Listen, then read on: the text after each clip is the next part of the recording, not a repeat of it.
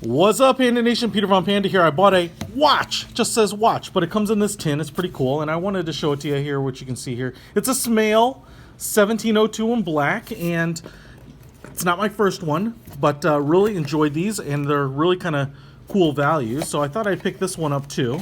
Love checking out, you know, someone gave me some flack for calling things cheap. Yeah, not cheap. Let me not put it that way. Let me call it inexpensive and good value, right? A lot of you like G-Shocks or the Tough Solars, or, you know, so come the Casios and Timex, and, you know, they can get expensive. You know, even an $80 or $90 watch is not a bauble, and so it's not something necessarily you can just kind of get into without thinking twice about it. And, you know, I like having a lot of style and some ruggedness on watches and utility out of watches without having to break the bank every time I'm doing it or worry about busting the watch, right? Literally breaking the watch while I'm out. And so here we have a SMAEL. You can see stainless steel backing screwed down and to kind of an orange surround there. But a nice big watch. We have a plastic band here, kind of rubberized plastic. It's a little harder plastic, which is kind of nice. It looks like there's a screw through bar here. I don't know if there truly is, but it certainly, the band does not pivot, but you have some of these folds in here to give it flexibility. You have a nice big retention here. You have kind of the Hamilton style H clasp, so you not only do you have a single clasp and notch, but you have two of them, so that's going to help spread out the weight a little bit if you're really wearing this under kind of hostile conditions, so you won't rip the band as much. You know, the buckle here is a little thin, as, you know, kind of a value buckle, but does the job. I do like the fact that they have, you know, the two prongs on it. So you can see here we have some texturing up here. This is like a gunmetal gray, just kind of some nice differences in finish. Even the what I think are the fake screws here are all like in a black chrome, which looks nice, gives it a kind of a perceived value look. And we have some exposed screws here, again, in like a black chrome finish, which is kind of cool. And just looks great, really beefy. I would say this is probably a 50 millimeter watch, and so it's going to be a little big. I'll give you a little wrist shot here in a second. We have an exposed screw right there, start, mode, and then a crown right here. We have kind of the big protectors around the side. You can see top and bottom protecting this, what I assume is a plastic crystal. It looks like I've got plastic on here. And I don't know if you can see this here, but around this little chrome outer ring, which is above the crystal, we have kind of the major cities, Chicago, New York, Rio, all the way around. So it kind of expresses itself as a world timer. And on the dial here, you can see really sunk in there. We've got an outer chapter ring with minute markings, some little hockey stick silver blocks to mark off the hours. Got a little day window here, which is raised. A lot of 3D relief in this dial. It looks great. The 12 is really the only number that you see there. SMAEL, water resistant to 5 bars. It's really cool with these little kicked up, like supports almost.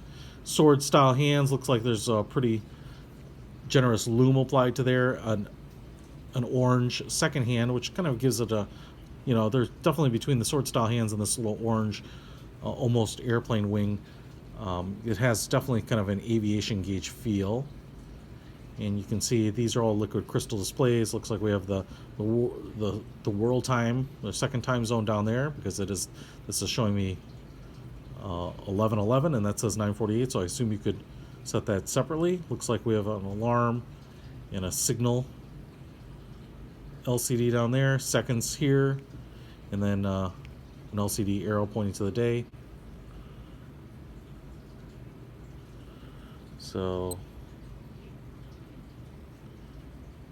now I think we're in stopwatch mode somehow.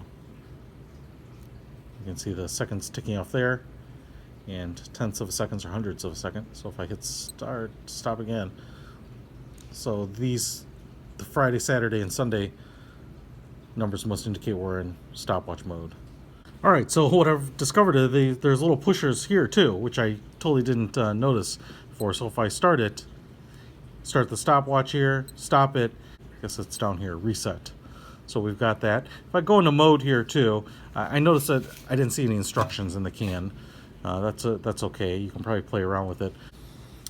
To me, it looks like if I just kind of keep tapping the mode quickly, it goes into different settings. So it looks like I get here to the alarm mode, which you can adjust by hitting the start button.